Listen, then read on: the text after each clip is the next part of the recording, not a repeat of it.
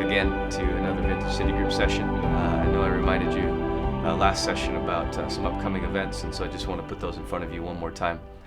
This last Sunday in October coming up, and the first Sunday in November, special guests Jay and Linda LaRue will be with us. They're overseers at Vintage, which is a function that they perform mostly for Belinda and I.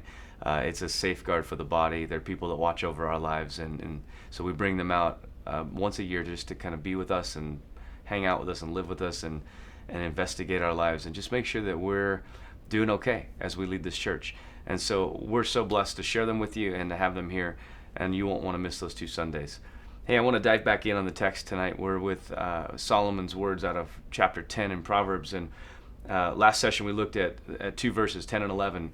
People who wink at wrong cause trouble, but a bold reproof promotes peace. And the words of the godly lead to life. Evil people cover up their harmful intentions.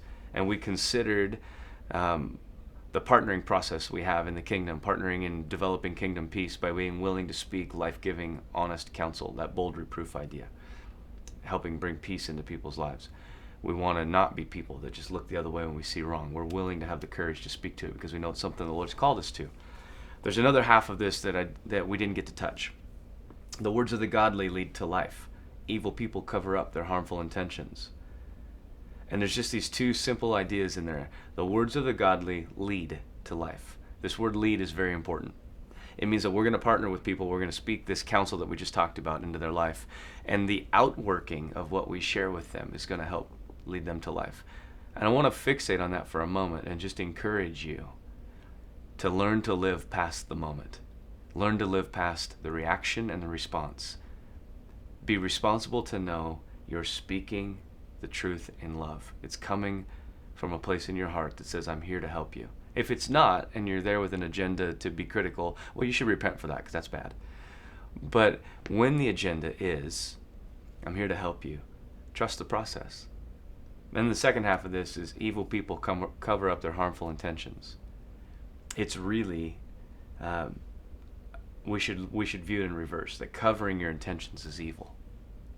When we say something to someone and it's not really what we mean, and it's not really what we're trying to communicate, maybe that we would call that passive-aggressive communication or posturing or politicking, whatever the word is. I think that Proverbs very clearly here is teaching, be honest and clear in your communication.